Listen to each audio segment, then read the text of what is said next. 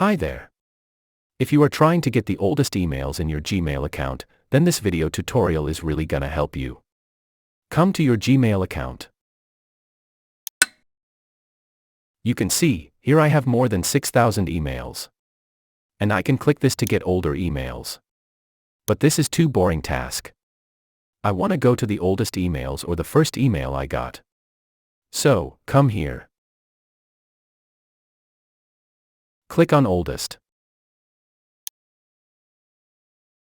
So, this is the first email I got from Google, the welcome email 6 years back. And all the emails are starting from here.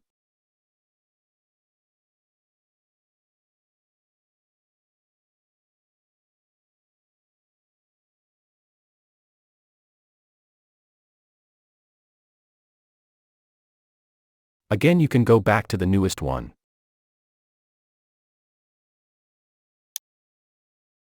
So, this is how you can easily find the oldest mails in your Gmail.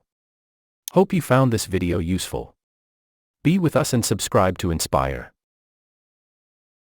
Goodbye.